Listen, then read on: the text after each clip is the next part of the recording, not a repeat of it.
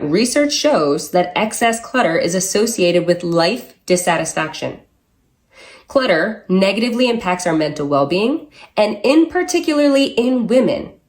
It induces a psychological response that increases your cortisol, aka your stress hormone. It's so crazy to think of how the clothes in our closet or the physical things in our space, in our room, in our house, hold emotions and hold negative emotions at that. Well, the first time I started going through my closet, there was like a pair of jeans I couldn't fit to anymore, but I kept telling myself, oh, one day you're going to fit into those jeans, girl. You're going to do it. Just keep holding on to them. Keep holding on to them. I was doing that for years.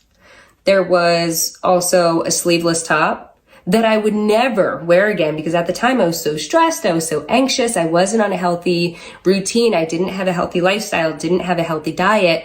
And my skin I was not comfortable with my skin. I had acne all over my body. I was not comfortable. I was very self-conscious. But why was I holding on to the sleeveless top?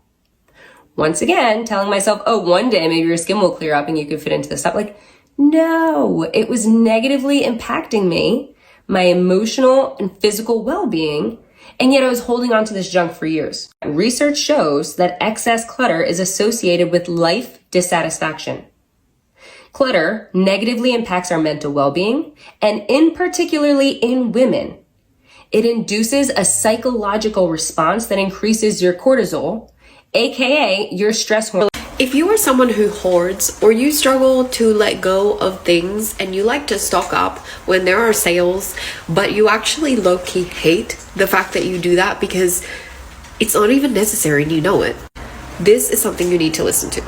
I listened to a podcast recently and it was talking about the act of hoarding and how it is actually part of our behavioral design as human beings to hoard. And it is so ingrained in our primitive brain that even when we don't need something, we will naturally want to hoard. But the question is, why? Because if we can understand the why, then maybe we can stop the behavior. But before I go into that, let's be honest, hoarding just doesn't help anybody. Holding on to things that you need to release actually creates clutter for you, whether they're physical items or emotional, mental things that you're holding on to. The desire to hold on and cling on to something is rooted in a sense of safety that hoarding provides. But really, it's an illusion of safety, because if you can have lots of this thing, or if you can have that thing close to you all the time, then maybe you've started to believe that your safety and your identity hang on that thing. Because in reality, if it didn't hang on that thing or that closeness to that belief, that story, that person, those items, that money, if you didn't believe that it was connected to your identity or your safety, then you would just be happy to let it go. You wouldn't need to stock up if there was a sale because you would know that, hey, you don't need that. You'll be okay. You have enough. Or you wouldn't be trying to cling on to the story that that person hurt you, because then you wouldn't be miserable and hurt, and that's a part of your identity now because it's validated, and somehow you feel like holding on to that story makes you the person that you are, when really you can let that go and it's not your actual identity. So hoarding, why do we do it? Why does it happen? Well, it happens because when something is in abundance and we believe that our identity is connected to the having of that abundance, then we want to solidify our identity by doing what we can to hold on. You gotta declutter your space. I'm not talking about just clean up your house. I'm talking about throw stuff out. You got too much stuff.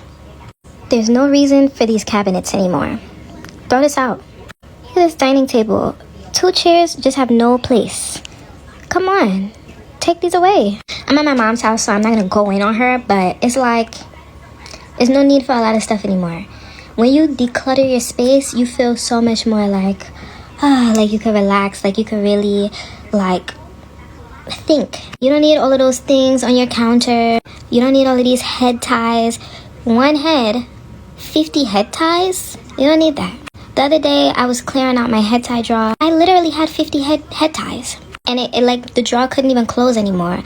And I was just getting so frustrated every day trying to close this drawer and fit all of these head ties in here. And then I just got fed up and I'm like, you know what? I'm throwing out some of these head ties. Now I have like 6 head ties and I feel so much better about that drawer, y'all. I feel so much better. I did the same thing with my bras. I did the same thing with my panties. Because we all know we have some old panties in them drawers that we do not wear.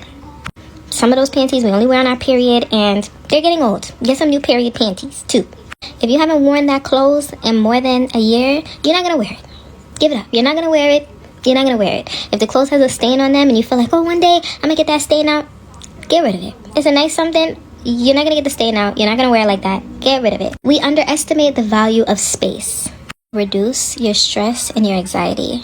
The more you get rid of stuff and clear out your space, the more you will appreciate the things that you do have in your life. The more you will realize you don't need to buy all of this unnecessary stuff because you're living and you're surviving in a minimalistic state. So do yourself a favor, grant yourself some peace in your life, and throw that out.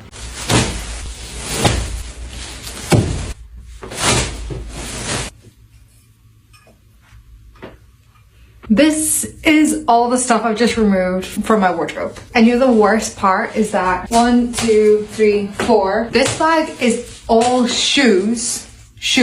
One bag. These 4 bags are literally like not even the stuff I want to get rid of / sell / donate. From previous years where I've gotten like fed up of my wardrobe or fed up of looking at things, I've got full suitcases full of stuff that I used to wear. And this is honestly mainly the problem with the fact that I moved out at 18 with everything I owned and never went back. So I've literally got stuff from when I first bought things on eBay with my first payslip for my first job. There's things that I've just not bothered to get rid of or sell because I either have a sentimental attachment to them, or I'm literally just being quite lazy with my time and not having the time to put things on Vinted and eBay and like do post office runs and stuff. All of this stuff, there's actually some quite nice stuff in here that I'm letting go of because I literally haven't worn them in the last year and I know that for a fact. I'm going to be putting things on my Vinted. My wardrobe is a much more peaceful place to be now. I am done being a hoarder. I am done buying things that I don't need. And these are the 5 things I'm going to start doing right this second. Like today, like 11:24 p.m. I saw this on someone's TikTok, so I'll give that person credit, but it like changed the way I think about buying things. What she said was, do I need it? Well, you'll always find a reason to need something, so you will still keep buying. So what you need to ask yourself is, can I live without it? So example, can I live without that cactus or whatever that is? I don't even know what it is. Yes, I can. Can I live without that candle? Yes, I can. Can I live without my TV? No, I can't. So the answer is like evident when you do this activity.